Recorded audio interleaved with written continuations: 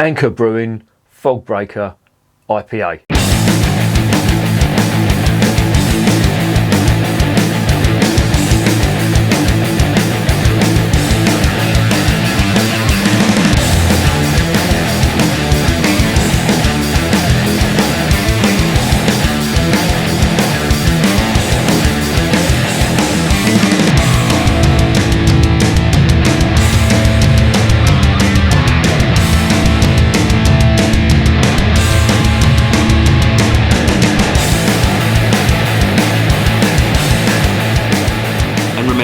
Life is too short to be drinking shitty beer.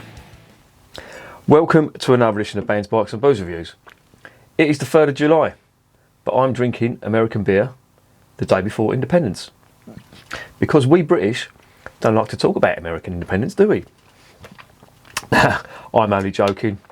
I hope you all have a great Independence Day in America. And I like to think of it as like a commiseration of, like, you know, what you could have won if you'd have just stayed with us. You know, you could have been great. Anyway, you wouldn't have needed Donald Trump to make America great. We'd have done it for you. But that is by the by. I've probably, as well as Yorkshire now, I think America's off the list. But anyway, I've got a bottle of the Anchor Brewing Fog Breaker IPA. They're based in the Bay Area of San Francisco, and they have quite a long tradition.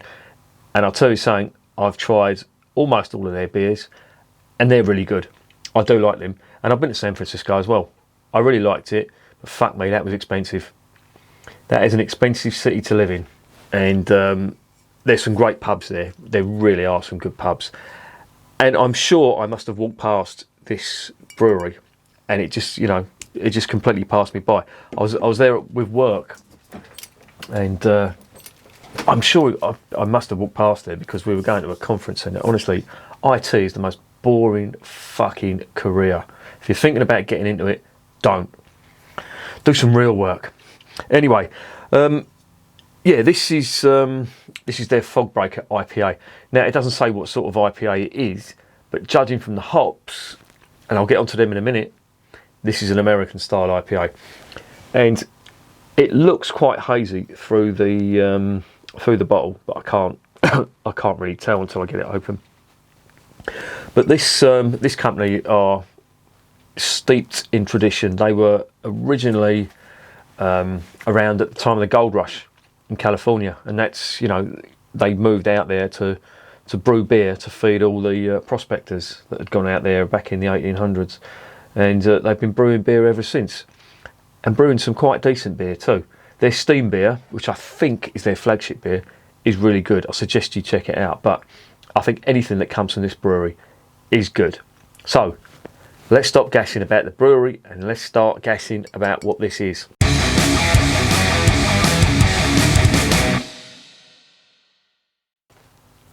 Right, Magoo will don the bins because Magoo is fucking blind. Turn left to Captain's cabin.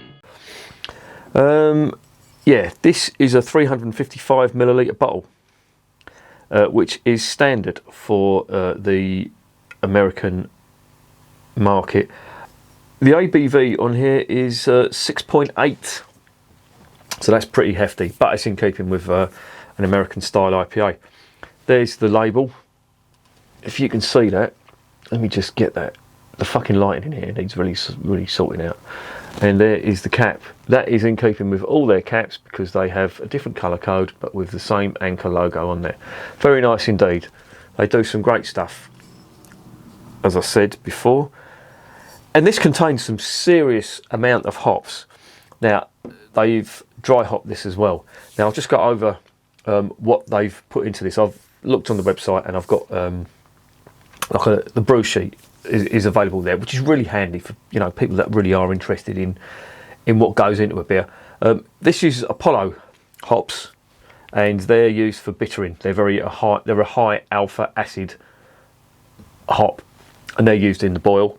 And it also uses nugget hops, which are herbal, so, you know, that will give you the herbal flavours that are quite sort of prevalent in certain IPAs, and it also contains Denali hops, which are famed for their pineapple aroma and flavour. And it also they're got some resin, some pine going for them as well.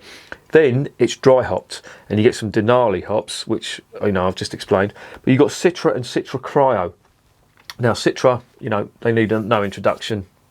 They're pretty self-explanatory. They're very citrusy. But the Citra Cryo are cryogenically frozen hops, and they separate them. They separate all the foliage and all that, and it makes them a hell of a lot more potent.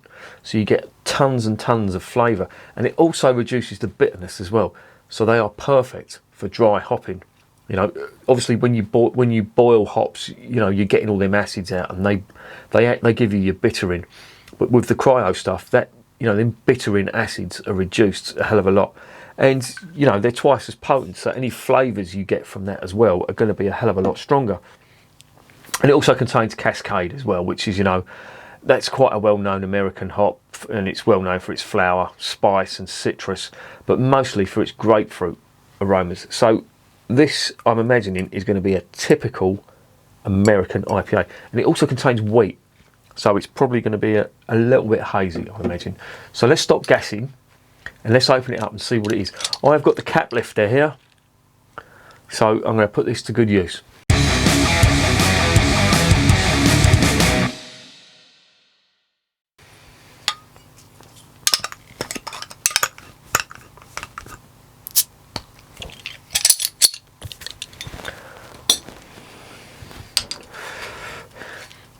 On the nose, out of the bottle. Wow, fucking hell. There is a serious amount of hops going on in this. Very flowery indeed. That's the first thing that hits me. There's some little bits of astringent bitterness that's coming through there, but this is mainly flowery. Oh, hang on, no, and there's some spice here and all. This is going to be intriguing. This is going to be really interesting, I think, because I'm getting some spice, I'm getting the flowery notes, and it smells pretty darn good. Let's get it into the glass.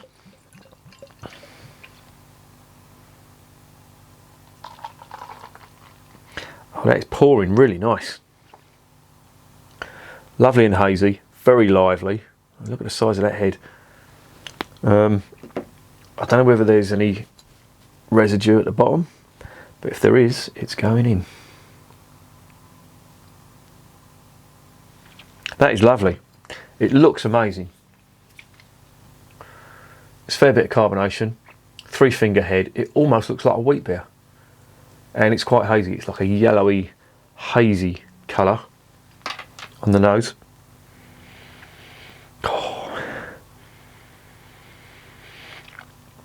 Very flowery,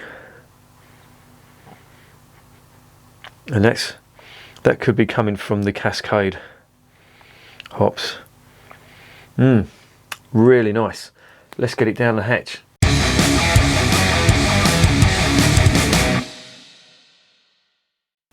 Cheers.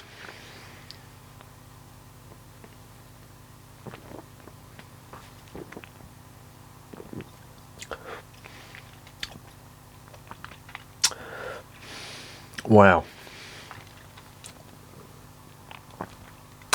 that is bitter and full of grapefruit.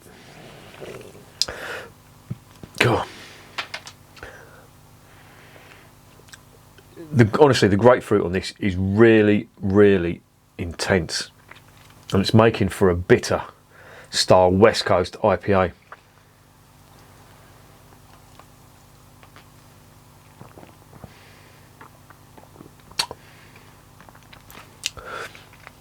But it's nice.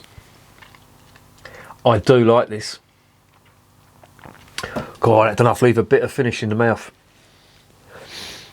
This to me is what West Coast IPA is all about. Hop, bitterness and citrus. And it's got this in abundance. The ABV is quite strong. I mean, that's 6.8 as well. and this is cold, it's come out of the fridge, but them hoppy flavours and aromas are just bursting out of this.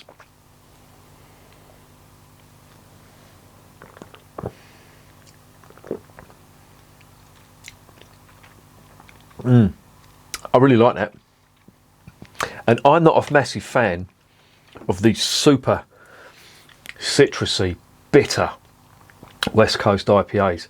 I much prefer the New England stuff, which is much more juicier, you know, full of citrus fruit, sweet citrus fruit, tropical fruit, stone fruit, if you like. This is much more bitter and astringent, and pretty much in keeping with what a West Coast should be.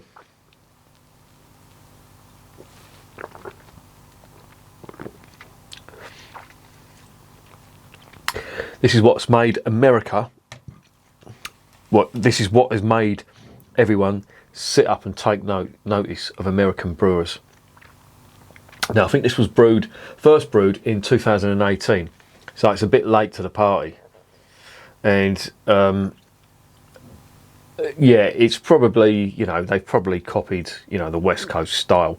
But I'll tell you something, they have done it really well. There is a ton of intense grapefruit bitterness on this, but you're getting them flowery notes from the Cascade hops, which give it a unique, you know, they give it a unique American twist to it. Because Cascade, you know, when you put Cascade hops into beer, me personally, I think you're stamping that American style onto the beer. You know, if you put it in, especially if you dry hop the way these have done it as well, and the Citra, of course, and you know, the Citra, the cryogenically treated Citra hops that have been put in this as well, give this such an intense flavour.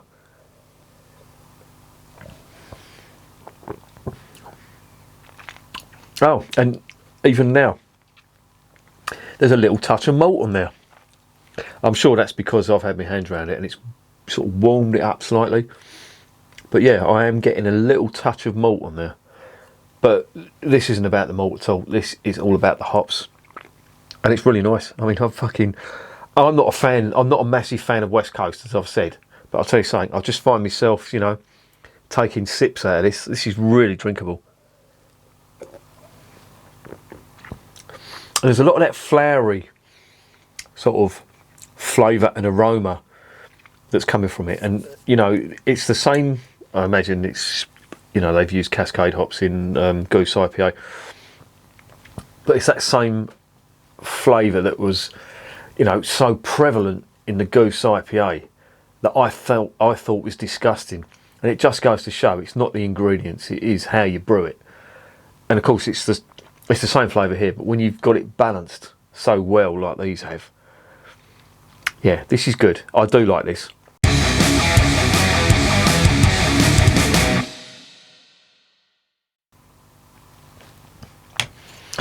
So what's the verdict on Anchor Fogbreaker IPA? That's really nice. That is a West Coast IPA. If intense bitterness, grapefruit bitterness of a West Coast is not your style, I'd say avoid this. But if you do like it, and to be honest, I have to admit, I'm not a massive fan, but I do like this. You know, I don't know what it is. They've just got everything right on this. And yes, it has got massive hop flavours. It's got quite a lot of bitter aromas and flavours on this too. But you've also got the floral and the herbal notes that come through on the aroma and on the taste as well. And altogether, it makes for a supremely drinkable IPA. The malts in here are sort of negligible, but you can get them. But as I said before, this is all about the hops, and I like it. And I'm not a massive fan of West Coast IPA, but whatever they've done in here, I'm really liking that. I am going to give that a 9 out of 10. It's a real good one, and I wouldn't have expected anything less, because the stuff I've had from Anchor before, all these different styles. That, you know, the steam beer, which is it was like a top fermented golden ale, but it was lovely. Their lager was really good. I had to admit, the lager was good. The porter I thought was really good, and of course this is good. And the Liberty Ale, I tried the Liberty Ale. That was like a top fermented ale. That was good. But this is really nice, and it is, I'd say, you know, what a West Coast is all about. Really good stuff from Anchor. Well done. And remember, beer is working class champagne.